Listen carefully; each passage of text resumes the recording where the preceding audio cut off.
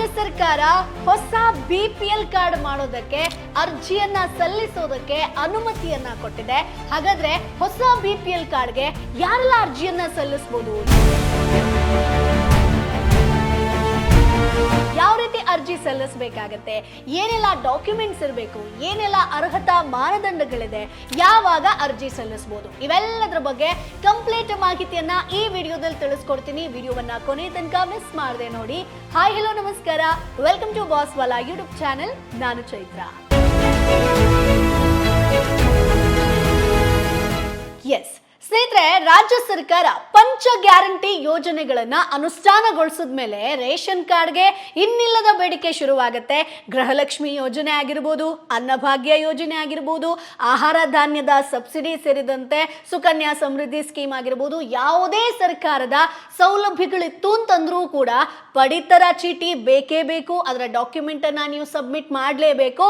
ಈಗ ಯಾರೆಲ್ಲ ಹೊಸ ಪಡಿತರ ಚೀಟಿಗೆ ಅರ್ಜಿಯನ್ನ ಸಲ್ಲಿಸಬಹುದು, ಇವೆಲ್ಲದರ ಬಗ್ಗೆ ಹೇಳ್ತಾ ಹೋಗ್ತೀನಿ. ಆಹಾರ ಇಲಾಖೆಯ ಅಧಿಕೃತ ವೆಬ್ಸೈಟ್ ನೀಡಿರುವಂತಹ ಮಾಹಿತಿ ಪ್ರಕಾರ ಬಿಪಿಎಲ್ ರೇಷನ್ ಕಾರ್ಡ್ ಆಗಿರ್ಬೋದು ಅಥವಾ ಅಂತ್ಯೋದಯ ರೇಷನ್ ಕಾರ್ಡ್ ಪಡೆಯೋದಕ್ಕೆ 3 ವರ್ಗದ ಫಲಾನುಭವಿಗಳಿಗೆ ಮಾತ್ರ ಅರ್ಜಿಯನ್ನ ಸಲ್ಲಿಸೋದಕ್ಕೆ ಅವಕಾಶವನ್ನ ಕೊಟ್ಟಿದ್ದಾರೆ. ಹಾಗಾದ್ರೆ ಈ 3 ಕೆಟಗರಿ ಏನು, ಇವೆಲ್ಲದರ ಬಗ್ಗೆ ಹೇಳ್ತಾ ಹೋಗ್ತೀನಿ. ಮೊದಲನೇದಾಗಿ ಈ ಶ್ರಮ್ ಕಾರ್ಡ್ ಹೊಂದಿರೋರು, ಅಂದ್ರೆ ನಾವು ಅಸಂಘಟಿತ ಕಾರ್ಮಿಕರು ಅಂತ ಹೇಳ್ತೀವಿ. ಕಟ್ಟಡ ಕಾರ್ಮಿಕರಾಗಿರ್ಬೋದು, ಹೋಟೆಲ್ ಸಿಬ್ಬಂದಿ ಆಗಿರ್ಬೋದು, ಕೂಲಿ ಕಾರ್ಮಿಕರಾಗಿರ್ಬೋದು, ವಾಹನ ಚಾಲಕರು, ಹೀಗೆ ಅಸಂಘಟಿತ ವಲಯದ ಕಾರ್ಮಿಕರು ಈಗ ಹೊಸ ರೇಷನ್ ಕಾರ್ಡ್ಗೆ ಅರ್ಜಿಯನ್ನ ಸಲ್ಲಿಸಬಹುದು. ಈ ವರ್ಗದವರಿಗೆ 4/10/2025ರಿಂದ 31/3/2026ರವರೆಗೆ ಹೊಸ ರೇಷನ್ ಕಾರ್ಡ್ ಪಡೆಯೋದಕ್ಕೆ ಸರ್ಕಾರ ಅವಕಾಶವನ್ನ ಕೊಟ್ಟಿದೆ. ಇನ್ನು ಎರಡನೇದಾಗಿ PVTG ಅಂದ್ರೆ ನಾವು ಬುಡಕಟ್ಟು ಆಗಿರ್ಬೋದು, ಅಲೆಮಾರಿ ಸಮುದಾಯದವರು ಅಂತ ಹೇಳ್ತೀವಿ.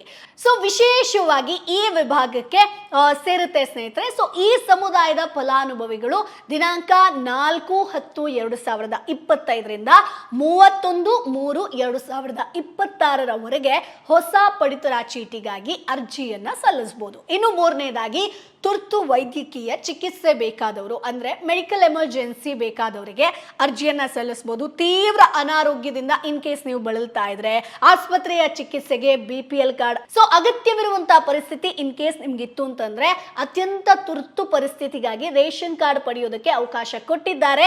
ಸೊ 28/10/2025ರಿಂದ 31/3/2026ರವರೆಗೆ ಹೊಸ ರೇಷನ್ ಕಾರ್ಡ್ ಪಡಿಬಹುದು. ಅಂದ್ರೆ ಮಾರ್ಚ್ ವರೆಗೆ ನೀವು ಅರ್ಜಿಯನ್ನ ಸಲ್ಲಿಸಬಹುದು.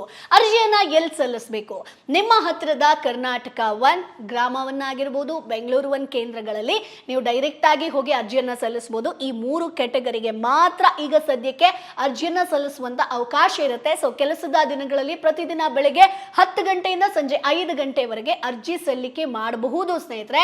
ಸೊ ದೃಢೀಕರಣಕ್ಕಾಗಿ OTP ದೃಢೀಕರಣ ಮಾಡಬೇಕು. ಆಧಾರ್ ಕಾರ್ಡ್ ಆಗಿರ್ಬೋದು, ಲಿಂಕ್ ಮಾಡಿರುವಂತ ಮೊಬೈಲ್ ಇಲ್ಲಿ ಕಡ್ಡಾಯವಾಗಿರುತ್ತೆ ಸ್ನೇಹಿತರೆ.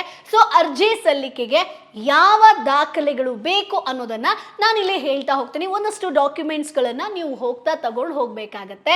ಸೊ ಇಲ್ಲಿ 3 ವರ್ಗದ ಜನರು ಹೊಸ ರೇಷನ್ ಕಾರ್ಡ್ಗೆ ಅರ್ಜಿ ಸಲ್ಲಿಸಬಹುದು ಅಂತ ನಾನು ಹೇಳಿದೆ. ಸೊ ಇದಕ್ಕೆ ಬೇರೆ ಬೇರೆ ಡಾಕ್ಯುಮೆಂಟ್ಸ್ ಅನ್ನ ಸಬ್ಮಿಟ್ ಮಾಡಬೇಕಾಗತ್ತೆ. ಸೊ ಪ್ರತಿ ವಿಭಾಗಕ್ಕೆ ಬೇಕಾಗಿರುವಂತಹ ದಾಖಲೆಗಳ ಬಗ್ಗೆ ನಾನು ಹೇಳ್ತಾ ಹೋಗ್ತೀನಿ. ಸೊ ಮೊದಲನೇ ವಿಭಾಗ ಅಂದ್ರೆ ಈ ಶ್ರಮ್ ಕಾರ್ಡ್ ಹೊಂದಿರೋರು ಏನೆಲ್ಲ ಡಾಕ್ಯುಮೆಂಟ್ಸ್ ಅನ್ನ ಸಬ್ಮಿಟ್ ಮಾಡಬೇಕು. ಮೊದಲನೇದಾಗಿ ನೀವು ಈ ಶ್ರಮ್ ಕಾರ್ಡ್ ಅನ್ನ ಸಬ್ಮಿಟ್ ಮಾಡಬೇಕು. 12 ಅಂಕಿಯ UAN ನಂಬರ್ ಇರುತ್ತೆ, ಅದನ್ನ ಸಬ್ಮಿಟ್ ಮಾಡಬೇಕು. ಕುಟುಂಬದ ಎಲ್ಲಾ ಸದಸ್ಯರ ಆಧಾರ್ ಕಾರ್ಡ್ ಅನ್ನ ಕೊಡಬೇಕಾಗತ್ತೆ. ಆದಾಯ ಪ್ರಮಾಣ ಪತ್ರ ತಹಶೀಲ್ದಾರ್ ಕಚೇರಿಯದ್ದೇ ಆಗಬೇಕಾಗತ್ತೆ. ಸೊ ವಿಳಾಸದ ಪುರಾವೆ ಅಂದ್ರೆ ಮತದಾನದ ಚೀಟಿ ಆಗಿರ್ಬೋದು, ವಿದ್ಯುತ್ ಬಿಲ್ ಆಗಿರ್ಬೋದು, ಬಾಡಿಗೆ ಕರಾರು ಪತ್ರ ಆಗಿರ್ಬೋದು, ಅದನ್ನ ಸಬ್ಮಿಟ್ ಮಾಡಬೇಕು.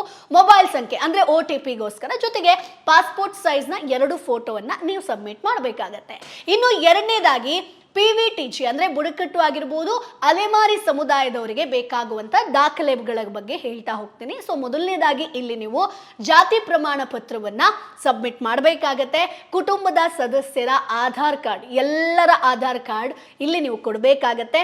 ಮೂರನೇದಾಗಿ ಆದಾಯ ಪ್ರಮಾಣ ಪತ್ರವನ್ನ ಸಬ್ಮಿಟ್ ಮಾಡಬೇಕಾಗತ್ತೆ. ಹಾಗೆ ವಾಸಸ್ಥಳ ಅಂದ್ರೆ ಅಡ್ರೆಸ್ ಪ್ರೂಫನ್ನು, ಹಕ್ಕುಪತ್ರ ಇದ್ರೆ ಇನ್ನೂ ಒಳ್ಳೆಯದು ಸ್ನೇಹಿತರೆ. ಸೊ ಅದನ್ನು ಕೂಡ ಸಬ್ಮಿಟ್ ಮಾಡಬೇಕು. ಕುಟುಂಬದ ಮುಖ್ಯಸ್ಥರ ಫೋಟೋ ಸಬ್ಮಿಟ್ ಮಾಡಬೇಕು. ಯಜಮಾನ ಆಗಿರ್ಬೋದು, ಅವರ ಫೋಟೋವನ್ನು ಸಬ್ಮಿಟ್ ಮಾಡಬೇಕಾಗತ್ತೆ. ಇನ್ನು ಮೂರನೇದಾಗಿ ತುರ್ತು ವೈದ್ಯಕೀಯ ಚಿಕಿತ್ಸೆಗಾಗಿ ಬೇಕಾಗುವಂತಹ ದಾಖಲೆಗಳು ಏನಪ್ಪಾ ಅಂತಂದ್ರೆ ಸರ್ಕಾರಿ ವೈದ್ಯರಿಂದ ಪಡೆದಂತಹ ವೈದ್ಯಕೀಯ ಪ್ರಮಾಣ ಪತ್ರ, ತುರ್ತು ಚಿಕಿತ್ಸೆಗಾಗಿ ಈ ಕಾರ್ಡ್ ಬೇಕು ಅನ್ನುವಂಥ ಒಂದು ಪತ್ರವನ್ನು ನೀವಿಲ್ಲಿ ಸಬ್ಮಿಟ್ ಮಾಡಬೇಕು. ಆಸ್ಪತ್ರೆ ದಾಖಲೆಗಳು ಅಂದ್ರೆ ಡಿಸ್ಚಾರ್ಜ್ ಸಮ್ಮರಿ ಆಗಿರ್ಬೋದು ಅಥವಾ ಟೆಸ್ಟ್ ವರದಿ ಆಗಿರ್ಬೋದು, ಇದನ್ನ ಕೊಡಬೇಕಾಗತ್ತೆ. ಆದಾಯ ಪ್ರಮಾಣ ಪತ್ರವನ್ನ ಕೊಡಬೇಕು. ರೋಗಿ ಮತ್ತು ಕುಟುಂಬದ ಸದಸ್ಯರ ಆಧಾರ್ ಕಾರ್ಡ್ ಅನ್ನ ಕೊಡಬೇಕಾಗತ್ತೆ. ಜೊತೆಗೆ ಅಡ್ರೆಸ್ ಪ್ರೂಫ್ ಆಗಬೇಕು. ಹಾಗೆ ರೋಗಿಯ ಫೋಟೋ ಒಂದನ್ನ ನೀವು ಸಬ್ಮಿಟ್ ಮಾಡಬೇಕಾಗತ್ತೆ. ಇದು 3 ಕ್ಯಾಟಗರಿ ಆಗಿರುತ್ತೆ. ಇನ್ನು ನೀವು ಕೇಳ್ಬೋದು, ಸಾಮಾನ್ಯ ಜನರಿಗೆ ಅರ್ಜಿ ಸಲ್ಲಿಸೋದು ಯಾವಾಗಪ್ಪ, ನಮ್ಗಿಲ್ವಾ ಅಂತ ಹೇಳ್ಕೊಂಡು ಸರ್ಕಾರ ಈಗ ವಿಶೇಷವಾಗಿ ಈ ಶ್ರಮ ಕಾರ್ಮಿಕರಾಗಿರ್ಬೋದು, ವಿಶೇಷ ಬುಡಕಟ್ಟು ಸಮುದಾಯದವರಾಗಿರ್ಬೋದು, ತುರ್ತು ಚಿಕಿತ್ಸೆಗೆ ಅಗತ್ಯವಿರುವವರಿಗೆ ಮಾತ್ರ ಹೊಸ ರೇಷನ್ ಕಾರ್ಡ್ ಪಡೆಯೋದಕ್ಕೆ ಒಂದು ಅನುಮತಿಯನ್ನ ಕೊಟ್ಟಿರುವಂಥದ್ದು. ಮಾರ್ಚ್ 2026 ಒಳಗೆ ನಾನು ಏನ್ ಕ್ಯಾಟಗರಿ ಹೇಳಿದ್ನೋ ಅವರೆಲ್ಲರೂ ಕೂಡ ಅರ್ಜಿ ಸಲ್ಲಿಸೋದಕ್ಕೆ ಅವಕಾಶ ಇದೆ, ಸೌಲಭ್ಯ ಇದೆ. ಸಾಮಾನ್ಯ ವರ್ಗದ BPL ಆಗಿರ್ಬೋದು, APL ಕುಟುಂಬಗಳಿಗೆ ಹೊಸ ಕಾರ್ಡ್ ಅರ್ಜಿ ಸಲ್ಲಿಕೆ ಇನ್ನೂ ಸ್ಟಾರ್ಟ್ ಆಗಿಲ್ಲ ಸ್ನೇಹಿತರೆ. ಅಂದ್ರೆ ಅನರ್ಹ ರೇಷನ್ ಕಾರ್ಡ್ ರದ್ದತಿ ಕಾರ್ಯ ಪೂರ್ಣಗೊಂಡ ಬಳಿಕ, ಅದು ಕಂಪ್ಲೀಟ್ ಆದ್ಮೇಲೆ ಅವಕಾಶ ನೀಡುವಂತ ಒಂದು ಸಾಧ್ಯತೆ ಹೆಚ್ಚಿದೆ. ಈ ಬಗ್ಗೆ ಇಲಾಖೆ ಮುಂದಿನ ಆದೇಶ ಒಂದು ಕೊಡಬೇಕಾಗತ್ತೆ. ಬಟ್ ಈಗ ಒಂದಷ್ಟು ಜನರ BPL ಕಾರ್ಡ್ ಅನರ್ಹ ಆಗ್ತಾ ಇದೆ, ಡಿಆಕ್ಟಿವೇಟ್ ಆಗ್ತಾ ಇದೆ. ಸೊ ಹಾಗಾಗಿ ಎಲ್ರಿಗೂ ಕೂಡ ಈಗ BPL ಕಾರ್ಡ್ ಅನ್ನ ಮಾಡೋದಕ್ಕೆ ಅವಕಾಶ ಕೊಟ್ಟಿಲ್ಲ. ಸೊ ನಾನು ಏನ್ 3 ಕ್ಯಾಟಗರಿ ಹೇಳಿದೆ, ಅವರು ಇವತ್ತೂ ಕೂಡ ಅರ್ಜಿಯನ್ನ ಸಲ್ಲಿಸಬಹುದು ಅಥವಾ ಮಾರ್ಚ್ ಒಳಗಡೆ ಆರಾಮಾಗಿ ನೀವು ಅರ್ಜಿಯನ್ನ ಸಲ್ಲಿಸಬಹುದು. ಬೇಕಾಗುವಂತ ಡಾಕ್ಯುಮೆಂಟ್ಸ್ಗಳು ಏನ್ ಹೇಳ್ದೋ ಅದನ್ನ ನೀವು ಕರೆಕ್ಟ್ ಆಗಿ ತಗೊಂಡು ಹೋಗ್ಬೇಕಾಗತ್ತೆ. ಇಲ್ಲ ಅಂತಂದ್ರೆ ಮತ್ತೆ BPL ಕಾರ್ಡ್ ನಿಮಗೆ ಡಿಆಕ್ಟಿವೇಟ್ ಆಗಬಹುದು ಅಥವಾ ಕೊಡದೇ ಇರುವಂತಹ ಚಾನ್ಸಸ್ ಕೂಡ ಹೆಚ್ಚಿರುತ್ತೆ. ಸೊ ಸ್ನೇಹಿತರೆ, BPL ಕಾರ್ಡ್ಗೆ ಸಾಕಷ್ಟು ಜನ ಹೇಗಪ್ಪ ಅರ್ಜಿ ಸಲ್ಲಿಸೋದು, ಒಂದಷ್ಟು ಜನರ BPL ಕಾರ್ಡ್ ಆಲ್ರೆಡಿ ರದ್ದಾಗಿರುವಂಥದ್ದು, ಒಂದಷ್ಟು ಜನರಿಗೆ ಈಗ ಗೃಹಲಕ್ಷ್ಮಿ ಆಗಿರ್ಬೋದು ಅಥವಾ ಏನ್ ಆಹಾರ ನೀವು ತಗೋತಾ ಇದ್ರು ಅನ್ನಭಾಗ್ಯ ಯೋಜನೆ ಆಗಿರ್ಬೋದು, ಇದೆಲ್ಲವೂ ಕೂಡ ಸ್ಟಾಪ್ ಆಗಿದೆ. ಸೊ ಮುಂದಿನ ದಿನಗಳಲ್ಲಿ ಇವೆಲ್ಲವೂ ಕೂಡ ಕ್ಲಿಯರ್ ಆದ್ಮೇಲೆ, ಅಂದ್ರೆ ಇಷ್ಟು ದಿನ BPL ಕಾರ್ಡ್ ಇದ್ದವರು ಕೂಡ ಸ್ವಂತ ಕಾರ್ ಇಟ್ಕೊಂಡಿದ್ರು ಅಥವಾ ಭೂಮಿ ಇತ್ತು, ಆ ಒಂದು ಕಾರಣಕ್ಕೋಸ್ಕರ ಎಲ್ಲವನ್ನ ಚೆಕ್ ಮಾಡಿಕೊಂಡು ಈಗ ಒಂದಷ್ಟು BPL ಕಾರ್ಡ್ ರದ್ದಾಗಿರುವಂಥದ್ದು. ಯಾರಿಗೆ ಇದರ ಒಂದು ಸದುಪಯೋಗ ಬೇಕೋ ಅಂತವ್ರಿಗೆ ಮಾತ್ರ ಸಿಗಬೇಕು ಅಂತ ಹೇಳ್ಕೊಂಡು ಸರ್ಕಾರ ಈ ಒಂದು ಡಿಸಿಷನ್ ಅನ್ನ ತಗೊಂಡಿರುವಂಥದ್ದು. ಸೊ ಮುಂದಿನ ದಿನಗಳಲ್ಲಿ ನಿಮಗೂ ಕೂಡ BPL ಕಾರ್ಡ್ ಅರ್ಜಿ ಸಲ್ಲಿಸೋದಕ್ಕೆ ಅವಕಾಶ ಸಿಗುತ್ತೆ. ಅಲ್ಲಿ ತನಕ ನೀವು ವೇಟ್ ಮಾಡಬೇಕಾಗತ್ತೆ. ಈ ವಿಡಿಯೋ ನಿಮಗೆ ಯೂಸ್ಫುಲ್ ಆಗಿರುತ್ತೆ ಅಂತ ಅನ್ಕೊಳ್ತೀನಿ. ಮುಂದಿನ ವಿಡಿಯೋದಲ್ಲಿ ಮತ್ತಷ್ಟು ಮಾಹಿತಿ ಜೊತೆ ನಾನು ನಿಮ್ಮ ಮುಂದೆ ಹಾಜರಿರ್ತೀನಿ. ಈ ವಿಡಿಯೋನ ಒಂದಷ್ಟು ಜನರಿಗೆ ಶೇರ್ ಮಾಡಿ.